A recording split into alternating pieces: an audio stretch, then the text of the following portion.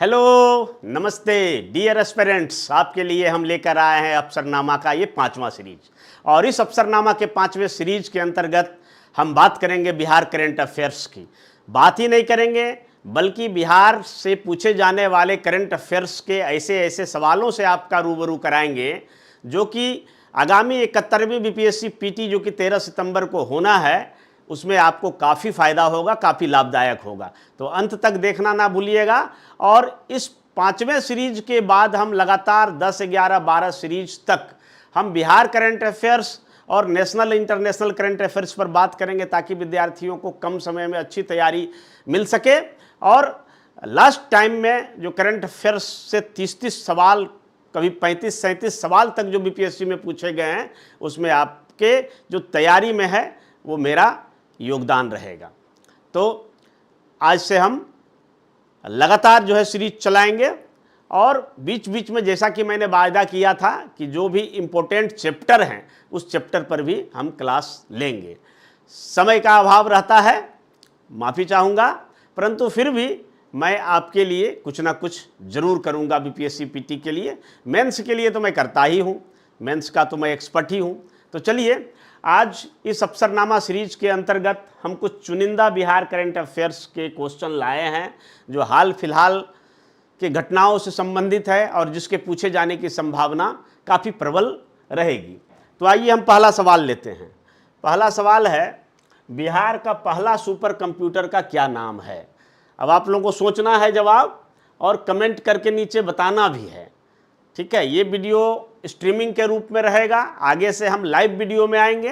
तो अभी आप सोचिए, और जो स्ट्रीमिंग रहेगा, जो प्रीमियर यूट्यूब प्रीमियर रहेगा, तो उसमें आप कमेंट करके नीचे लिखते जाएंगे। तो 4 ऑप्शन मैंने दिया है। तो पहला है परम शक्ति, पहला ऑप्शन है परम शक्ति। दूसरा ऑप्शन है परम एआई। तीसरा ऑप्शन है परमार्थ और चौथा ऑप्शन है परम बुद्ध। चलिए, तब तक आप उसका आंसर सोचिए, सही आंसर क्या होगा इसके बारे में मैं आपको कुछ क्लू दे देता हूँ। ठीक है, तो इसका निर्माण जो है, ये जो बिहार का पहला परम कंप्यूटर है, इसका निर्माण कौन किया है? तो निर्माण किया है centre for development advance computing. ये एक संस्था है जो कंप्यूटर के शोध और विकास पर कार्य करता है। और इसका मुख्यालय कहाँ है? तो इसका ऑफिस जो है पटना में है, सीडेक। और सीडेक द्वारा ही ये सुपर कंप्यूटर का निर्माण किया गया।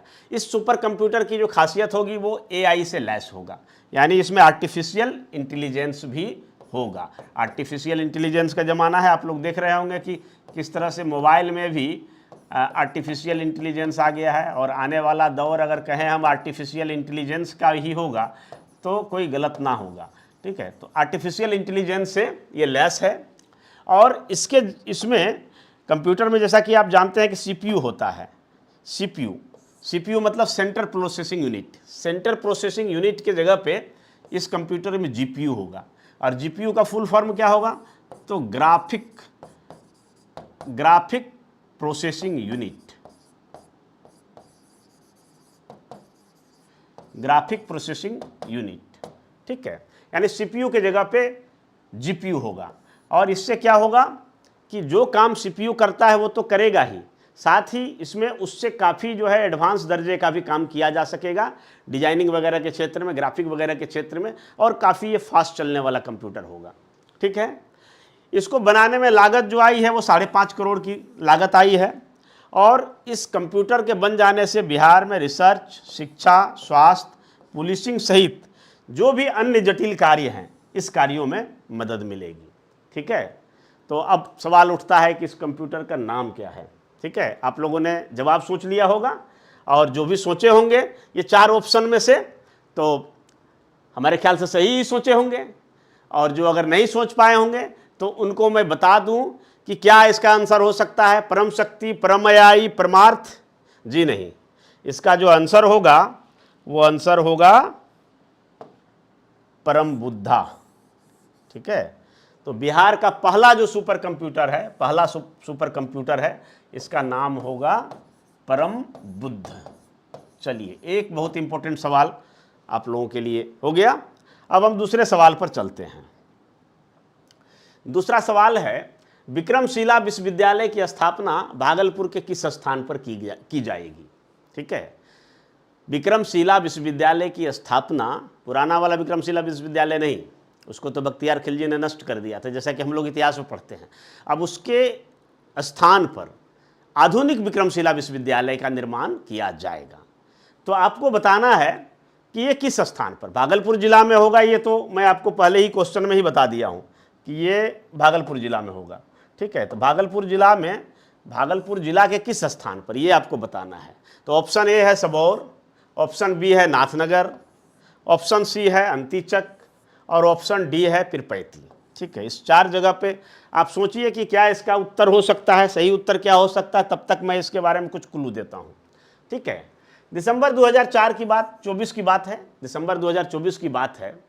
ASI यानी archaeological survey of India, archaeological survey of India, इसी को हम लोग शॉर्ट में ASI कहते हैं। ठीक है, और इसको अगर हिंदी में देखें तो हिंदी में जो इसका नाम होगा तो वो होगा भारतीय पुरातात्विक सर्वेक्षण, भारतीय पुरातात्विक सर्वेक्षण। ठीक है, एक काफ़ी पुरानी संस्था है, अंग्रेजों ने ही इसकी स्थापना किया था। ठीक है, तो ASI ने इसका अध्ययन किया। 2015 में ही केंद्र सरकार ने 500 करोड़ रुपया की लागत से इसकी घोषणा की थी, परंतु जमीन अधिग्रहण में दिक्कत होने के कारण बिहार सरकार द्वारा जमीन फिलहाल उपलब्ध नहीं कराया जा सका था, इस कारण से ये योजना रुक गई थी। लेकिन पुनः जो है ये जमीन दे दी गई है, चिन्हित कर लिया गया है और अब विश्वविद्यालय बन जाएगा। प्राचीन विश्वविद्यालय के बारे में आप जानते ही होंगे, यहाँ से भी आपका BPSC में सवाल आएगा। प्राचीन विक्रमशिला विश्वविद्यालय वो पाल वंश के शासक धर्मपाल ने इसको स्थापना किया था। ठीक है, और ये 8वीं शताब्दी के अंतिम में और 9वीं शताब्दी, ठीक है, यानी लगभग 899 से लेके 905 ईस्वी तक जो है इसका निर्माण हुआ था। ठीक है, पाल वंश के जो भी शासक थे वो बौद्ध स्वावलंबी शासक थे, बौद्ध धर्मावलंबी शासक थे। ठीक है, बौद्ध धर्म को मानने वाले थे, इसलिए पूरे बिहार में जहाँ भी ज़मीन खोदेंगे तो बुद्ध की मूर्तियाँ मिलेगी। इसका कारण है कि काफ़ी लंबे समय तक, लगभग 400-500 वर्षों तक पाल वंश के शासकों ने जगह जगह पे बौद्ध धर्म से संबंधित और बुद्ध की मूर्तियाँ को बनाया था। तो ऐसा भागलपुर में भी देखने को मिलता है। ठीक है, तो ये विक्रमशिला विश्वविद्यालय, जो प्राचीन विक्रमशिला विश्वविद्यालय था, बौद्ध धर्म का प्रसिद्ध केंद्र था। और बौद्ध धर्म का भी जो शाखा है, विभिन्न शाखा बटा था। आप लोग जानते हैं शुरुआत में जो है महासंघिक और स्थाविर बना था, फिर तंत्रयान, वज्रयान, और भी कई जो है शाखाएं बन गई। ठीक है, तो इन शाखाओं में से जो तंत्रयान है और जो वज्रयान है, ठीक है, इसका विशेष इस पर महत्व था और इसका अध्ययन विशेष रूप से किया जाता था। अगर अध्ययन की विषयों की बात करें तो यहाँ विशेष रूप से धर्मशास्त्र, दर्शन, व्याकरण, तत्वमीमांसा और तर्कशास्त्र का अध्ययन होता था, विद्यार्थियों को पढ़ाया जाता था। 1203 ईस्वी में बख्तियार खिलजी का आक्रमण हुआ और इस आक्रमण में विश्वविद्यालय को ध्वस्त कर दिया गया। और भी कारण हो सकते हैं, लेकिन सर्वमान्य तथ्य यही है कि बख्तियार खिलजी के आक्रमण के दौरान इस विश्वविद्यालय को ही नहीं बल्कि बिहार में जितने भी बौद्ध केंद्र थे या बौद्ध महाविहार थे, सबको नष्ट किया गया। ठीक है, अब सवाल उठता है कि आपका सवाल का जवाब क्या है। ठीक है, कि विक्रमशिला विश्वविद्यालय की स्थापना भागलपुर के किस स्थान पर की जाएगी। ठीक है, तो वो स्थान है कहलगांव। अब बोलिएगा कि कहलगांव तो ऑप्शन में है ही नहीं, तो आंसर क्या होगा? तो आंसर ये होगा कि अंतीचक। अगर आप पाल कला पढ़ते होंगे तो उसमें पढ़ते होंगे कि अंतीचक से पाल शासकों द्वारा बनाए गए बहुत सारे स्मारकों के अवशेष मिले हैं और माना जाता है कि जो प्राचीन विक्रमशिला विश्वविद्यालय था वो यही था, अंतीचक। अंतीचक एक गांव है जो कि भागलपुर के कहलगांव प्रखंड में पड़ता है। तो आपका जो राइट आंसर होगा वो सी होगा। विक्रमशिला विश्वविद्यालय की स्थापना भागलपुर के कहलगांव के अंतीचक गांव में की जाएगी। ठीक है, अब चलिए अगला सवाल पर चलते हैं। अगला सवाल है बिहार का पहला खेल यूनिवर्सिटी है ना, खेल विश्वविद्यालय, स्पोर्ट्स यूनिवर्सिटी कहाँ पर स्थापित किया जाएगा? ठीक है, तो आप 4 ऑप्शन दिए गए हैं, इसको देखिए। पहला राजगीर, दूसरा गया जी, तीसरा भागलपुर और चौथा पटना। आप उत्तर सोचिए, तब तक मैं आपको कुछ क्लू देता हूं और इससे संबंधित कुछ फैक्ट के बारे में बताता हूं। जनवरी 2025 की बात है, ठीक है। इस विश्वविद्यालय को यूजीसी की मान्यता मिल गई और ये विश्वविद्यालय काफ़ी चर्चा में आ गया। ये तो हम लोग जानते हैं कि नालंदा विश्वविद्यालय की स्थापना हो चुकी है। जेवियर विश्वविद्यालय की भी स्थापना बिहार में की जाने के लिए ज़मीन का अधिग्रहण का काम हो गया है। बिहार में विक्रमशिला विश्वविद्यालय भागलपुर में बन ही रहा है। तो ये खेल विश्वविद्यालय भी बन के तैयार हो गया है, ठीक है। और इसकी मान्यता जो है यूजीसी द्वारा दे दी गई है, ठीक है। 2024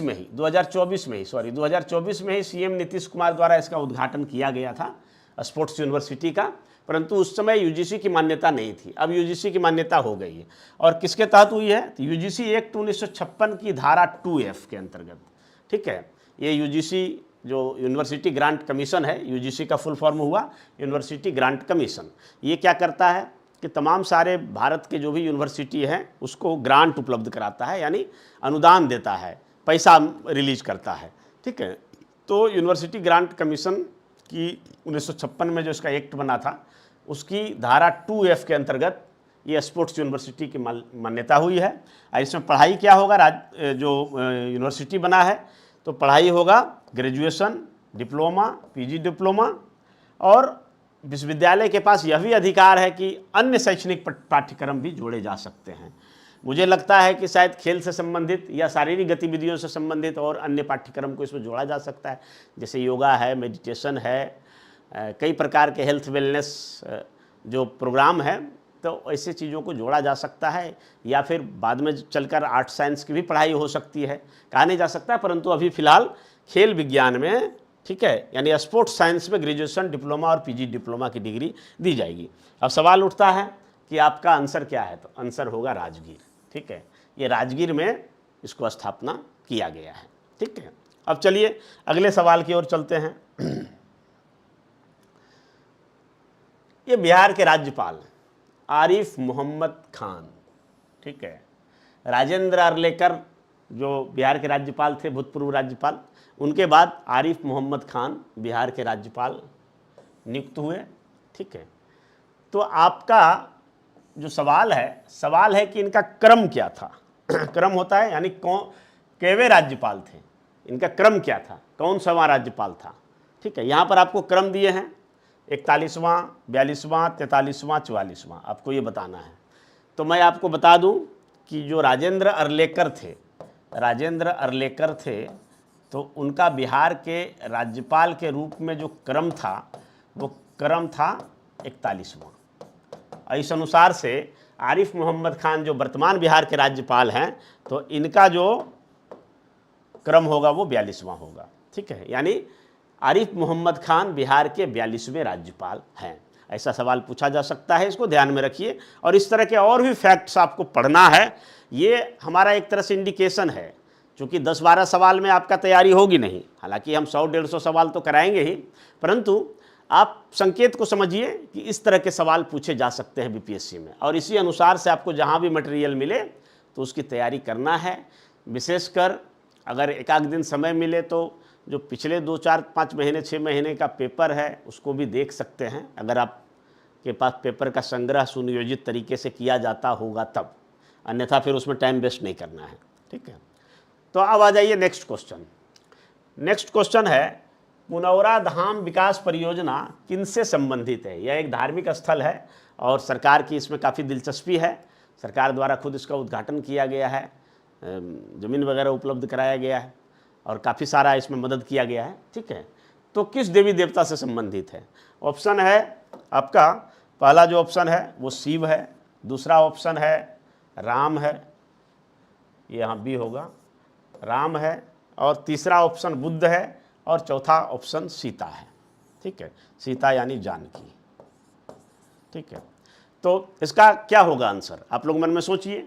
इसका क्लू, चूंकि बहुत सिंपल सा प्रश्न है, फ्लैट प्रश्न है, इसलिए इसका मैं क्लू वगैरह नहीं दूंगा।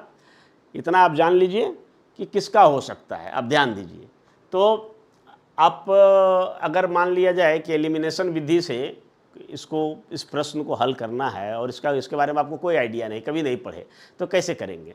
तो इसके लिए देखिए एक प्रोसेस हम बताते हैं जो विशेषकर यूपीएससी के विद्यार्थियों द्वारा यूज में लाया जाता है कि आपको क्या करना है, छांटना है।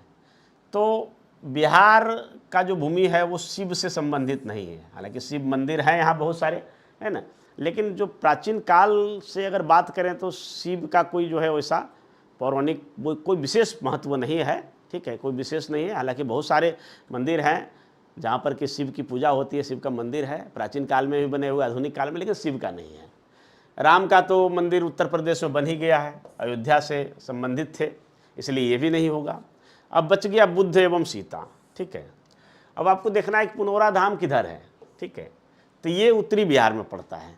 और उत्तरी बिहार में वैशाली को छोड़कर बाकी उधर थोड़ा सा बुद्ध का कम दिखाई पड़ता है, फिर नेपाल में दिखाई पड़ता है। तो इस विधि से आप देखेंगे तो बुद्ध भी नहीं होगा। इसका राइट आंसर क्या होगा, तो राइट आंसर होगा सीता, यानी सीता माता जानकी के मंदिर के निर्माण के लिए जो प्रोजेक्ट है उसे पुनौरा धाम विकास परियोजना कहा गया है, ठीक है। तो आपका राइट आंसर होगा डी। चलिए अब नेक्स्ट क्वेश्चन पर चलते हैं। बिहार सरकार द्वारा हाल ही में 140 संरक्षण अधिकारी यानी प्रोटेक्शन ऑफिसर की नियुक्ति के लिए निर्णय का उद्देश्य क्या है। क्यों बिहार सरकार द्वारा ये डिसीजन लिया गया कि 140 की संख्या में संरक्षण अधिकारी को नियुक्त किया जाएगा, इसका क्या काम होगा, ये कौन से काम करेंगे, किस चीज़ के लिए इनकी नियुक्ति की जा रही है, तो ऐसे सवाल पूछे जा सकते हैं। तो इसका देखिए ऑप्शन, 4 ऑप्शन हम दिए हैं, आप गेस कर सकते हैं क्या होगा, मैं आगे बताऊंगा। पहले आगे चलकर इसका कुछ जो इसका विवरण है, विवरण में प्रस्तुत कर दूंगा, उसके बाद आप लोग देखिएगा। तो ऑप्शन ए में है जैव विविधता के संरक्षण हेतु, ठीक है। दूसरा है महिलाओं के घरेलू हिंसा से निपटने हेतु।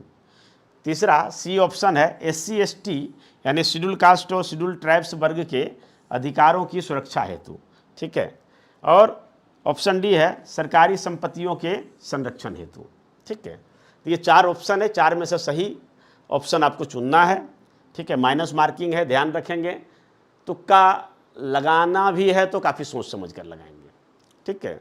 तो चलिए पहले इसके बारे में कुछ हम तथ्य को जान लेते हैं। फरवरी 2025 की बात है, 140 पूर्णकालिक संरक्षण अधिकारी नियुक्त करने का निर्णय बिहार सरकार ने लिया, ठीक है। और ये समाज कल्याण विभाग के अंतर्गत लिया गया, समाज कल्याण विभाग के अंतर्गत इस प्रकार का डिसीजन लिए गए हैं, ठीक है। और बताया गया कि अलग से इसका संवर्ग बनाया जाएगा और इसकी पोस्टिंग कहाँ होगी, तो पोस्टिंग जो है अनुमंडल लेवल पर होगा, ठीक है, अनुमंडल लेवल पर होगा, फिर जिला लेवल पर होगा और फिर राज्य लेवल पर होगा। 140 जो है समाज कल्याण विभाग के अंतर्गत प्रोटेक्शन ऑफिसर की नियुक्ति होगी, ठीक है। और ये नियुक्ति किस लिए होगी, तो घरेलू हिंसा संरक्षण अधिनियम 2005 के प्रावधानों के मुताबिक होगी। इसमें प्रावधान है कि कोई एक ऐसा ऑफिसर होगा जो स्पेशली इसी चीज़ को देखेगा कि किसी भी महिला के साथ यानी उसके घर में उनके पति द्वारा, उनके देवर द्वारा या उनके ससुराल पक्ष के जो भी लोग हैं, सास ननद गोतनी द्वारा अगर उनको मारपीट किया जाता है, सताया जाता है, मानसिक प्रताड़ना दिया जाता है, ये सारे घरेलू हिंसा अधिनियम के अंतर्गत आएंगे। और भारत में ये सच्चाई है कि महिलाओं पर जितना अत्याचार बाहर में होता है उससे ज़्यादा अत्याचार कहीं घर में होता है, ठीक है। तो इसके लिए एक्ट बनाया गया था 2005 में, डोमेस्टिक वायलेंस प्रोटेक्शन एक्ट जो है 2005 में करके आया था, ठीक है। तो उसी के प्रावधानों को और भी असली जामा पहुंचाने के लिए बिहार सरकार का एक महत्वपूर्ण निर्णय है। और अगर ऐसा हो गया तो महिलाओं के शिकायतों को सुनने के लिए एक अलग से ऑफिसर होंगे, उनमें वो एक्सपर्ट होंगे। उनका काम क्या होगा, जो भी सजा देने वाले मजिस्ट्रेट होंगे तो उसके कार्यों में मदद करेंगे। मदद क्या करेंगे, जो भी पीड़ित महिला है यानी जिनके साथ मारपीट हुआ है तो उसका चोट जो हुआ है, चोट लगा है तो उसका चिकित्सीय परीक्षण करवाएगा। कभी कभी बहुत बार हो सकता है झूठा भी आरोप लग सकता है, ये भी हो सकता है महिला झूठ जो आरोप लगा सकती है, तो उसका जो है मेडिकल रिपोर्ट को फिर जो है भेजना होगा मजिस्ट्रेट के समक्ष और उस केस की सुनवाई वगैरह करनी होगी। और ये जो डोमेस्टिक वायलेंस एक्ट का अधिनियम की धारा 2020 के अंतर्गत आर्थिक राहत आदेश भी पारित करेगा, ठीक है। एक आर्थिक राहत जो है उस महिला को दिया जाएगा। अब ये खुलासा नहीं किया गया है कि आर्थिक राहत सरकार देगी या जिनके द्वारा पीड़ा पहुंचाई गई है वो देंगे। ठीक है, तो अब सवाल उठता है कि इसका उत्तर क्या होगा। तो उत्तर तो इतना क्लू दे दिए तो आप जान ही गए होंगे कि इसका आंसर होगा बी, यानी महिलाओं के घरेलू हिंसा से निपटने हेतु ये 140 प्रोटेक्शन ऑफिसर की नियुक्ति के लिए बिहार सरकार निर्णय लिया है। चलिए अब चलते हैं अगला प्रश्न पर। तो दिसंबर 2024 में मखाना महोत्सव का आयोजन कहाँ किया गया। ठीक है, क्योंकि मखाना बिहार का काफ़ी प्रसिद्ध उत्पाद है और इसकी प्रक्रिया काफ़ी दुरूह है, थोड़ा महंगा भी होता है, और ये इसकी सबसे बड़ी विशेषता है कि इसमें काफ़ी प्रोटीन होता है। ठीक है, और मखाना का सेवन करने से कई तरह की बीमारियों से हमें निजात मिलता है, फ़ायदा मिलता है, बहुत पौष्टिक आहार है। ठीक है, तो इसका जो है विश्वव्यापी प्रसिद्धि है मखाना का, क्योंकि बिहार के उत्तरी बिहार में काफ़ी इसका उपज होता है, पानी में उपजता है। ठीक है, तो कहाँ किया गया? ऑप्शन है मुजफ्फरपुर, दिल्ली, हैदराबाद, बेंगलुरु। ठीक है, अब देखिए इसमें आप टेक्निक लगाइए, आपको गेस करिए। गेस कैसे करेंगे? अगर ये मखाना महोत्सव का आयोजन बिहार में होता तो शायद उतना इम्पोर्टेंट क्वेश्चन नहीं होता। ठीक है, चूँकि ये बाहर हुआ है, बिहार राज्य से बाहर हुआ है, इसीलिए इसका महत्व बढ़ गया है। ठीक है, और बढ़ गया है इसलिए मुजफ्फरपुर तो नहीं होगा। ठीक है, अब 3 है, तो 3 है, इसमें से आपको देखना है। ठीक है, कि कहाँ ज़्यादा जो है गतिविधियाँ जो है बिहार के साथ रही है हाल फिलहाल के दिनों में, तो आप पाएंगे कि कर्नाटक के साथ जो है,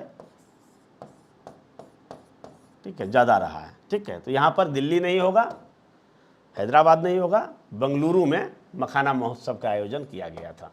ठीक है, तो ये एक इम्पोर्टेंट क्वेश्चन है। अब नेक्स्ट क्वेश्चन पर आइए। महिलाई एशिया चैंपियन ट्रॉफी 2025, महिला एशिया चैंपियन ट्रॉफी 2025 का आयोजन बिहार के किस शहर में किया गया है? ठीक है, तो सिंपल सी बात है। ठीक है, ये कहाँ किया गया होगा? तो राजगीर अभी फेमस हो गया है, यहाँ स्पोर्ट्स कॉम्प्लेक्स भी बन गया।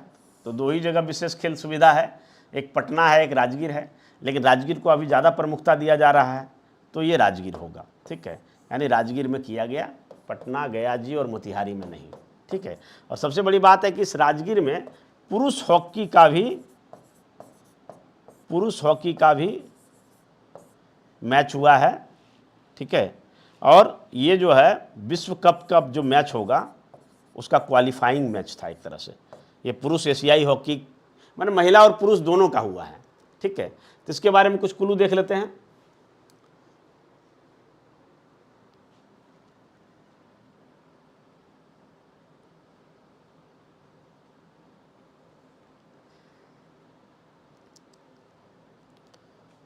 चलते हैं नेक्स्ट क्वेश्चन पर। नेक्स्ट क्वेश्चन है भारतवंशी कमला प्रसाद विशेश्वर। कमला प्रसाद विशेश्वर एक लेडीज है। ठीक है, और जो कि बिहार से संबंधित है। किस देश की प्रधानमंत्री चुनी गई है? ठीक है, ये क्वेश्चन है। ठीक है, कमला प्रसाद विशेश्वर भारतवंशी है, और भारतवंशी का मतलब होता है कि जिनके पूर्वज जो है भारत के थे। इसको अप्रवासी भारतीय भी कह सकते हैं या अनिवासी भारतीय भी कह सकते हैं। ठीक है, एक तरह से ये जो है भारत के मूल वंश से जुड़ा हुआ है। इनके दादा परदादा यहीं के थे, भारत के थे या फिर बिहार के थे। ठीक है, तो ये जो है हाल ही में प्रधानमंत्री चुनी गई है। तो आपको बताना है किस देश की प्रधानमंत्री चुनी गई है। तो ऑप्शन ए है मॉरिशस, ऑप्शन बी है बारबाडोस, ऑप्शन सी है तुवालू और ऑप्शन डी त्रिनिडाद। ठीक है, अब इसके बारे में कुछ क्लू आपको बताते हैं, तब तक आप उत्तर सोचिए। ठीक, कमला प्रसाद विशेश्वर, इनके पूर्वज जो है बक्सर जिला से संबंधित थे, और यहाँ से ये लोग चले गए थे गन्ने की खेतों में काम करने के लिए, और फिर वहीं बस गए, लेकिन अपनी सभ्यता संस्कृति को आज तक कुछ हद तक जीवित रखे हुए हैं। इसलिए इनके नाम में भी दृष्टिगोचर है। नाम क्या होता है? कमला, जो कि नितांत ही देवनागरी लिपि से जुड़ा हुआ नाम है ना, सांस्कृतिक नाम है, इसलिए भारत से संबंध दृष्टिगोचर होता है। ये जिस देश की प्रधानमंत्री बनी है वो 2010 से 2015 तक भी प्रधानमंत्री रही थी। ठीक है। इनका पार्टी का नाम था यूनाइटेड नेशनल कांग्रेस पार्टी, ठीक है। और ये उस देश की एकमात्र महिला प्रधानमंत्री है, यानी इससे पहले कोई महिला प्रधानमंत्री नहीं हुई है। और सबसे बड़ी बात है, मैं एक और क्लू देता हूँ कि ये कैरिबियाई द्वीप समूह, जिसको हम लोग वेस्ट इंडीज बोलते हैं, है ना, वेस्ट इंडीज का जो क्रिकेट टीम है, ठीक है, तो वो कैरिबियाई द्वीप समूह है। कैरिबियाई सागर है, उसके आसपास लगने वाले द्वीप को कैरिबियाई द्वीप समूह कहते हैं। कैरिबियाई द्वीप समूह का वो देश है। तो चलिए, अब कैरिबियाई द्वीप समूह का कौन है? तो मॉरिशस नहीं है, तुवालू नहीं है, ये दो है, बारबाडोस और त्रिनिडाद। तो इसमें से मैं आपको बता दूं कि बारबाडोस कभी भी उतना फेमस नाम नहीं सुनते हैं, ठीक है। त्रिनिडाद जो है थोड़ा सा सशक्त देश है, तो यही त्रिनिडाद होगा, त्रिनिडाद एवं टोबैगो। इसका पूरा नाम जो देश का है, त्रिनिडाद एवं टोबैगो, ठीक है। तो यही की प्रधानमंत्री बनी है कमला प्रसाद बिसेश्वर, और ये दूसरी बार बनी है ना, दूसरी बार बनी है। यानी एक बार पहले भी 2010 से 2015 तक 5 साल तक ये प्रधानमंत्री रह चुकी हैं, और दूसरी बार जो है अब बनी है, ठीक है। तो चलिए अब नेक्स्ट क्वेश्चन पर चलते हैं। नेक्स्ट क्वेश्चन, बिहार में आयोजित खेलो इंडिया यूथ गेम्स 2025 का शुभंकर क्या था? शुभंकर आपको बताना है, ठीक है। बिहार में आयोजित 2025 में खेलो इंडिया एक भारत सरकार का कार्यक्रम है, तो इसका यूथ गेम्स का शुभंकर क्या था? आपको हम बता दें कि ये जो खेलो इंडिया यूथ गेम्स है, तो इसमें 2 कैटेगरी होता है। पहला जो कैटेगरी होता है वो 19 साल से कम के जो स्कूल के विद्यार्थी होते हैं, स्कूल के, और दूसरा है जो 21 साल से कम के कॉलेज के विद्यार्थी होते हैं। ये 2 वर्ग में इसका खेल होता है, ठीक है। तो बिहार में आयोजित किया गया। हालांकि इसके कुछ मैच दिल्ली में हुए थे, जिनके लिए सुविधाएं यहाँ नहीं है, जिम्नास्टिक वगैरह, तो ये सब दिल्ली में हुए थे, लेकिन बिहार में ही आयोजित हुए थे, ठीक है। तो इसका शुभंकर क्या था? ऑप्शन है गज सिंह, फिर है गजराज, फिर है शेर सिंह, और फिर है शेर खान। ये 4 शुभंकर हमने आपको दिखाए हैं। इन चारों में से बताना है आपको कि इसका शुभंकर क्या है, ठीक है। अब चलिए हम चलते हैं इसके क्लू पर।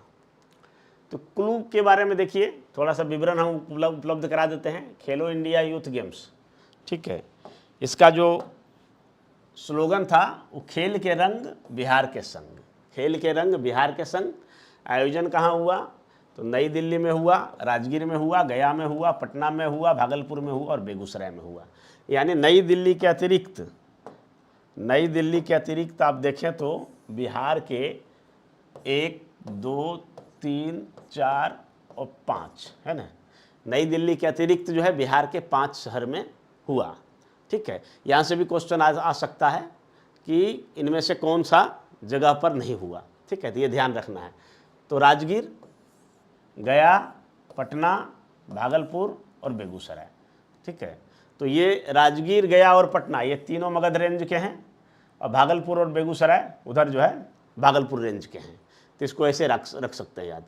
ये जो है खेलो इंडिया का 7वां संस्करण था, जो कि 4 मई से 15 मई 2025 तक आयोजित किए गए, ठीक है। खेलों की संख्या कितनी थी? तो 28, यानी 28 खेल स्पर्धाएं इसमें थी, ठीक है। और इस खेल में प्रथम स्थान जो लाया वो महाराष्ट्र ने लाया। कुल 58 स्वर्ण पदक के सहित 158 पदक इन्होंने जीता, ठीक है। और बिहार की यदि बात करें तो बिहार जो है 15वें स्थान पर रहे, 7 स्वर्ण के साथ इन्होंने 36 पदक जो है जीते, और ये 15वें स्थान पर बिहार रहे। तो खेलो इंडिया यूथ गेम्स। अब क्वेश्चन पर आते हैं कि इसका शुभंकर क्या था? तो शुभंकर था गज सिंह या गज सिम्हा भी कह सकते हैं, गज सिम्हा, ठीक है। इसके अंतर्गत क्या है? तो एक हाथी है, हाथी का ताकत प्लस शेर का कलेजा, ये दोनों को मिक्स करके बनाया गया है गज सिंह, और यही जो है बिहार में आयोजित खेलो इंडिया यूथ गेम्स का शुभंकर था, ठीक है। अब नेक्स्ट क्वेश्चन पर चलते हैं।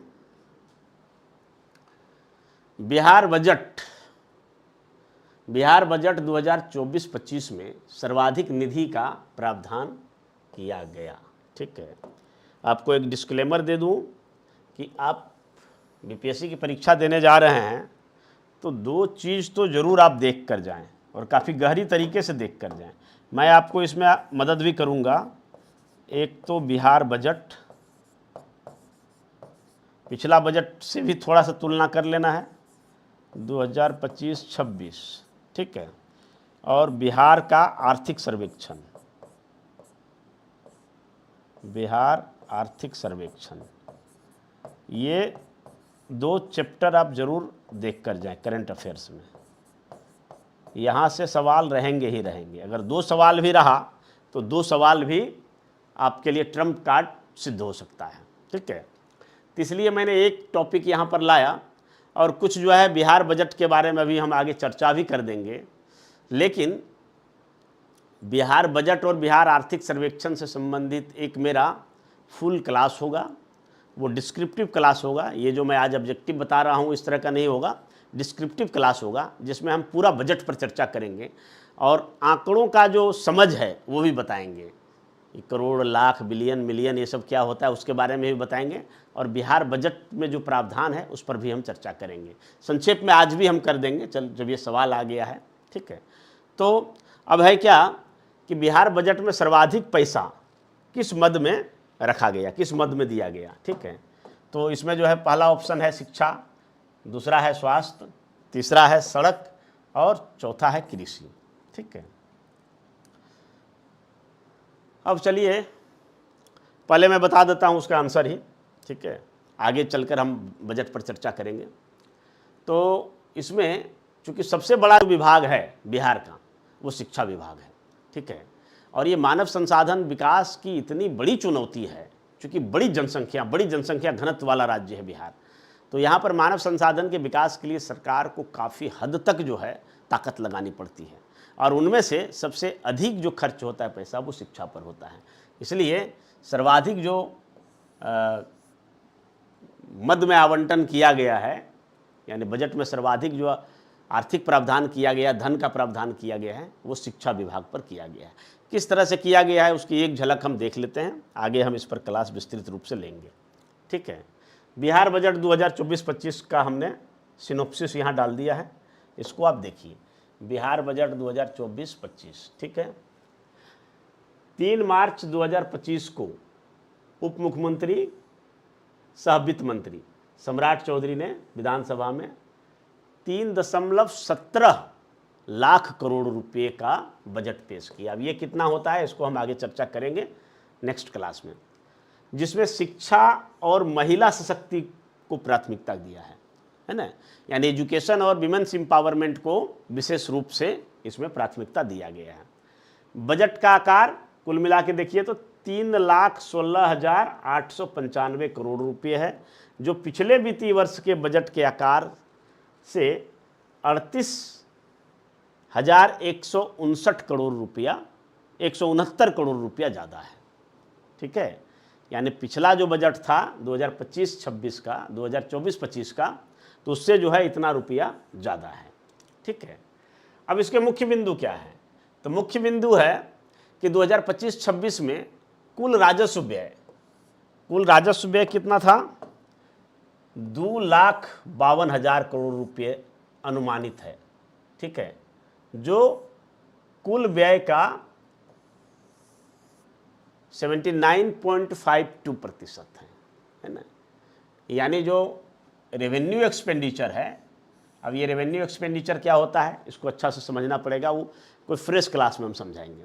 ठीक है, तो रेवेन्यू एक्सपेंडिचर जो है 2,52,000 करोड़ है, यानी कुल मिला के ये जो देख रहे हैं 80% लगभग जो है वो रेवेन्यू एक्सपेंडिचर में ही चला जाता है। ठीक है, बिहार बजट में 2025-26 में सर्वाधिक जो रकम दी गई है वो शिक्षा पर दी गई है, ये क्वेश्चन था हमारा। और कितना? 60,964 करोड़ रुपया का प्रावधान शिक्षा के लिए किया गया। उसके बाद स्वास्थ्य के लिए किया गया 20,355 करोड़ और सड़क पर 17,000 करोड़ रुपया का प्रावधान किया गया है। ठीक है, बजट में गृह विभाग को यानी पुलिस विभाग को 17,831 करोड़ रुपया मिला है। ठीक है, ग्रामीण विकास को 16,093 करोड़ मिला है। ऊर्जा विभाग को 13,484 करोड़ मिला है। ठीक है, समाज कल्याण विभाग SC ST अल्पसंख्यक पिछड़ा अति पिछड़ा को सब मिला के 13,000 करोड़ रुपये से ज़्यादा का प्रावधान किया गया है। ये आपका बजट का मुख्य सिनोप्सिस है। ठीक है, ये एक तरह से कह सकते हैं सार है बजट का।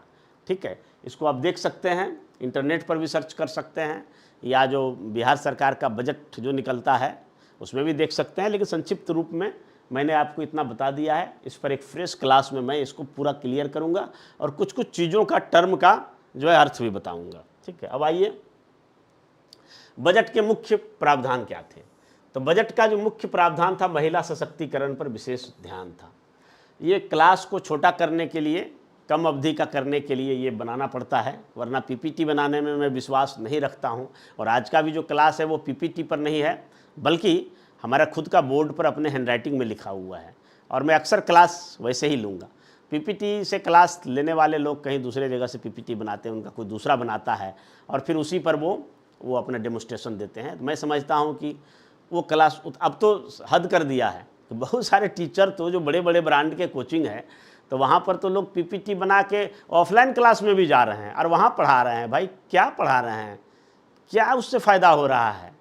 शिक्षक अगर मान लिया जाए कि जो कोई चैप्टर है, कोई सब्जेक्ट है, विषय वस्तु है, उसका अगर 10-20% कम भी पढ़ाएगा, लेकिन विद्यार्थी को जो है अपने मन से जो पढ़ाएगा, अपने मेमोरी के आधार पर पढ़ाएगा या अपने बनाए गए नोट्स के आधार पर पढ़ाएगा, तो उससे कहीं विद्यार्थी और टीचर के बीच जो कनेक्शन है वो उससे ज़्यादा गहरा होगा।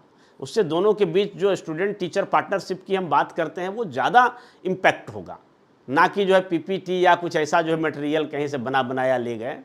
तो ये थोड़ा सा इनसे सावधान भी रहने की ज़रूरत है। तो महिला सशक्तिकरण पर विशेष दिया गया। क्या दिया गया? तो पिंक शौचालय का निर्माण, यानी ऐसे शौचालयों का निर्माण किया जाएगा जो सिर्फ महिला के लिए होगा। पिंक शौचालय प्रत्येक शहर में लगभग एक ऐसा होगा जो सिर्फ महिला शौचालय होगा, वहाँ पुरुष का वर्जित होगा। और पिंक का मतलब, जैसे ही पिंक आया, इसका मतलब है कि इसमें काम करने वाले जो कर्मचारी वगैरह होंगे, सफाई कर्मचारी या फिर उसका जो मैनेजर वगैरह होगा, सब महिला होगा। ठीक है, पटना में महिला हाट खोले जाएंगे, यानी महिला हाट, और यहाँ पर सिर्फ महिला ही जो सामान की बिक्री करेंगी। ठीक है, यानी दुकानदार जो है महिला होंगी। पिंक बस सेवा शुरू होगी और इस बस में सभी जो चालक एवं परिचालक है सब महिलाएं होंगी, यानी इसमें पुरुष होगा ही नहीं। चलाने वाली जो ड्राइवर होगी वही महिला होगी, और जो खलासी होगा वही महिला होगा, और भी जो स्टाफ होगा सब महिला होगा। ठीक है, उसके बाद कामकाजी महिलाओं के लिए छात्रावास बनाया जाएगा। ठीक है, अक्सर क्या होता है कि आजकल पुराना ज़माना तो रहा नहीं, बहुत सारे जो सिंगल वुमेन हैं, जिनकी शादी नहीं हुई है, जो परिवार के साथ नहीं रहता है, और इनको किसी दूसरे शहर में अगर जाना होता है तो वहाँ पर किराया पर रूम लेना और इस तरह से रहना, और फिर उसका सुरक्षा का भी कई सारे इशूज हो जाते हैं। इस कारण से काफ़ी दिक्कतों का सामना करना पड़ता है। मुंबई जैसे शहरों में, दिल्ली जैसे शहरों में, हैदराबाद जैसे शहरों में इस तरह के बहुत सारे हॉस्टल हैं। बहुत सारे हॉस्टल सरकार द्वारा बनाया गया है, प्राइवेट भी चलता है, तो जिसमें जो है महिलाएं, कामकाजी महिला, एक गर्ल्स हॉस्टल होता है तो वो विद्यार्थी है, थोड़ा कम सुविधा होता है। लेकिन अगर जो कामकाजी महिलाएं हैं वो काम कर रही है, उसको वेतन मिल रहा है, सैलरी मिल रहा है, तो थोड़ा सा अच्छा सुविधा होना चाहिए। तो उस आधार पर कामकाजी महिलाओं के लिए छात्रावास बनाए जाएंगे, हॉस्टल बनाए जाएंगे सरकार द्वारा। ठीक है, महिला टूरिस्ट गाइड की नियुक्ति होगी। ठीक है, अक्सर क्या होता है कि टूरिस्ट गाइड के द्वारा कई प्रकार की शिकायतें आती रहती है कि छेड़छाड़ वगैरह जैसे। तो अब जो है क्या है कि बिहार के प्रमुख जो टूरिस्ट स्पॉट्स हैं, पर्यटक स्थल हैं, वहाँ पर महिला गाइड भी नियुक्त रहेंगे, और यदि कोई महिला चाहें कि हम जो है लेडीज़ गाइड रखें तो लेडीज़ गाइड को रख सकती हैं। ठीक है, ई रिक्शा खरीदने के लिए वित्तीय सहायता दिया जाएगा। गरीब लोग के लिए ई रिक्शा आज बहुत बड़ा रोजगार, आजीविका का साधन हो गया है। ठीक है, तो बहुत सारे गरीब लोग यदि जो नहीं खरीद पा रहे हैं, 1.5-2 लाख रुपया कम से कम सबसे सस्ता वाला रिक्शा आता है, तो सरकार इसके लिए वित्तीय मदद देगी। ठीक है, महिला पुलिसकर्मियों की संख्या में वृद्धि होगी। ये तो आप जान ही रहे हैं कि राष्ट्रीय औसत से भी ज़्यादा है बिहार में महिला पुलिसकर्मी, तो इसमें और बढ़ाया जाएगा। गरीब लड़कियों की शादी के लिए कन्या विवाह मंडप का निर्माण किया जाएगा, ये सरकार करेगी। पहले साउथ में होता था, बिहार में भी हो रहा है। ठीक है। पर्यावरण और स्वच्छ ऊर्जा के लिए देखिए क्या हो रहा है, तो वायु गुणवत्ता के सुधार में के लिए 1 करोड़ रुपया का निवेश किया जाएगा, ठीक है। पेड़ पौधों को लगाया जाएगा, बहुत सारे ईंट भट्ठा और जो वाहन वगैरह से जो चिमनी से जो धुआं निकलता है उसके फिल्ट्रेशन का कार्य किया जाएगा, यही सब किया जाएगा। नहरों के किनारे 25 करोड़ की लागत से सौर संयंत्र विकास किए जाएंगे, ठीक है। जैसे ही सोलर प्लांट लगेगा तो वो जो हमारा कन्वेंशनल टाइप ऑफ एनर्जी का कंजम्पशन है वो घटेगा, और जब घटेगा तो इससे जो है स्वच्छ एनर्जी, जो क्लीन एनर्जी बोलते हैं, वो बढ़ेगा, ठीक है। कृषि एवं ग्रामीण विकास, बाजार समितियों को सशक्त किया जाएगा। बाजार समिति तो हर जगह हर जिला में लगभग है, लेकिन जो ढुलमुल है या उस पर किसी विशेष लोगों का जो कब्जा है या सही से संचालन नहीं होता है, गंदगी है, साफ सफाई नहीं होता है, तो उसको बढ़िया से सशक्त किया जाएगा। प्रखंड स्तर पर सब्जी बेचने के स्टॉल खोले जाएंगे, है ना। आप किसी भी छोटे मोटे शहर या प्रखंड में जाते होंगे तो ये बेतरतीब सड़क के किनारे सब्जी बेचते हुए ठेले वाले लोग नज़र आ जाएंगे, तो उनको थोड़ा व्यवस्थित किया जाएगा और एक प्रकार का हाट खोला जाएगा। सभी प्रखंडों में तरकारी उत्पादन समिति का गठन किया जाएगा। ये बाजार समिति के तर्ज पर तरकारी मतलब सब्जी, वेजिटेबल के लिए जो है उत्पादन समिति का गठन किया जाएगा, ताकि किसानों को सही दाम मिल सके। बहुत बार क्या होता है कि आप देखेंगे खेत में टमाटर या कोई भी सब्जी 5 रुपये 7 रुपये 8 रुपये किसान से कोई ले नहीं रहा है, अब मार्केट में दाम देखिएगा तो 40 रुपये 60 रुपये 80 रुपये। तो इस तरह से क्या होता है कि एक्चुअल दाम मार्केट में तो हम ज़्यादा खरीद रहे हैं, हम ज़्यादा पैसा दे रहे हैं, लेकिन क्या है कि जो पैसा है वो बिचौलिया ले जाता है। 10 रुपया खेत से लेकर टमाटर और बाज़ार में जाकर 60 रुपया में बेचता है, ठीक है। तो ये 50 रुपया जो है बीच के लोग, मीडिएटर लोग खा जाते हैं, किसान को नहीं मिल पाता है। अगर बाज़ार में हम सब्जी 50 रुपया में ख़रीद रहे हैं, 50 रुपया में टमाटर खरीद रहे हैं, 60 रुपया में ख़रीद रहे हैं, तो किसान को कम से कम 30 रुपये मिलना चाहिए, आधा तो कम से कम मिलना चाहिए, लेकिन ऐसा होता नहीं है। तो इन सब चीज़ों के लिए सरकार नहीं ध्यान देगा तो कौन देगा, ठीक है। ये है। अब प्रवासी बिहारी और पर्यटन पर बात करते हैं। प्रवासी बिहारियों के लिए विभिन्न शहरों में हेल्प सेंटर खोले जाएंगे, ठीक है। दूसरा है कि छठ पूजा के लिए होम स्टे सुविधा को सरकारी सहायता दिया जाएगा, जिससे जो भी मतलब छठ पूजा में आते हैं तो उनको जो है लाभ मिल सके। अब उद्योग एवं व्यापार की बात करें तो कंप्रेस्ड बायोगैस प्लांट लगाने वाली कंपनियों को बढ़ावा दिया जाएगा, इन्हें हर तरह से मदद किया जाएगा। दवा उत्पादन कंपनियों के लिए नई प्रोत्साहन नीति बनाया जाएगा, ठीक है। शिक्षा और सामाजिक कल्याण की अगर बात करें तो छात्रवृत्ति जो है कि दर दोगुनी की जाएगी। SC ST पिछड़े वर्गों के लिए प्रोत्साहन राशि बढ़ाई जाएगी। स्वास्थ्य एवं चिकित्सा सुविधाओं की बात करें तो बेगूसराय में कैंसर अस्पताल का निर्माण किया जाएगा। बिहार में 108 नए नगर चिकित्सा केंद्र खुलेंगे, ठीक है। कैंसर रोगियों के लिए विशेष देखभाल केंद्र का प्रावधान होगा। इंफ्रास्ट्रक्चर और सड़क परिवहन की बात करें तो पूर्णिया एयरपोर्ट का निर्माण जल्द शुरू होने वाला है, ठीक है। राजगीर, सुल्तानगंज, रक्सौल, मधुबनी सहित 8 नए एयरपोर्ट बनाए जाएंगे। बिहार राज्य सड़क परिवहन निगम में महिलाओं के लिए 33% आरक्षण किया जाएगा, ठीक है। तो ये हमारा बिहार करंट अफेयर्स की एक छोटी सी पेशकश थी, और आगे हम जो है बिहार बजट और बिहार आर्थिक सर्वेक्षण पर भी चर्चा करेंगे, और इसी तरह से अफसरनामा के 4-5 सीरीज में हम सबसे पहले बिहार करंट अफेयर्स पर फोकस करेंगे, ताकि जो भी तैयारी कर रहे हैं विद्यार्थी, जो गंभीर विद्यार्थी हैं, जो हमारे दर्शक हैं, पाठक हैं, हमारे स्टूडेंट हैं, तो उनको सेंसिटिविटी बढ़ सके। और ये सेंसिटिविटी बहुत ज़रूरी है। बहुत सारे विद्यार्थियों को क्या होता है कि वो टालू रवैया होता है, अच्छा बिहार का करंट अफेयर से देख लेंगे बाद में, नहीं, सबको साथ लेके चलना है, सबका साथ सबका विकास, ठीक है। और आप मेहनत कीजिए, निश्चित तौर पर आप अपने भाग्य के खुद विधाता हैं, और उस भाग्य के निर्माण में आपको अगर किसी चीज़ की ज़रूरत है वो मार्गदर्शक, सच्चे मार्गदर्शक की ज़रूरत है। क्योंकि कोई भी दुनिया में महान काम किया या कोई हैरत अंगेज कारनामा किया तो निश्चित तौर पर कहीं ना कहीं से वो कला को सीखा, तकनीक को सीखा, ठीक है, और उसके लिए उसका मार्गदर्शक रहता है। तो मार्गदर्शक ज़रूरी है, एक सच्चा मार्गदर्शक होना चाहिए जो निस्वार्थ भाव से आपको मार्गदर्शन करे, ना कि वो अपना नाम कमाने के लिए, अपना धन कमाने के लिए स्टंटबाजी करे। ऐसे स्टंटबाजों से सावधान रहिए, आप सेल्फ स्टडी करिए और हमारे जैसे लोगों से जो भी मदद ले सकते हैं या जो भी मैं दे पाऊँ तो लीजिए और तैयारी कीजिए। निश्चित तौर पर अगर चाहेंगे तो आप ही ऑफिसर बनेंगे। चलिए हम मिलते हैं अगले क्लास में। धन्यवाद। जय हिंद।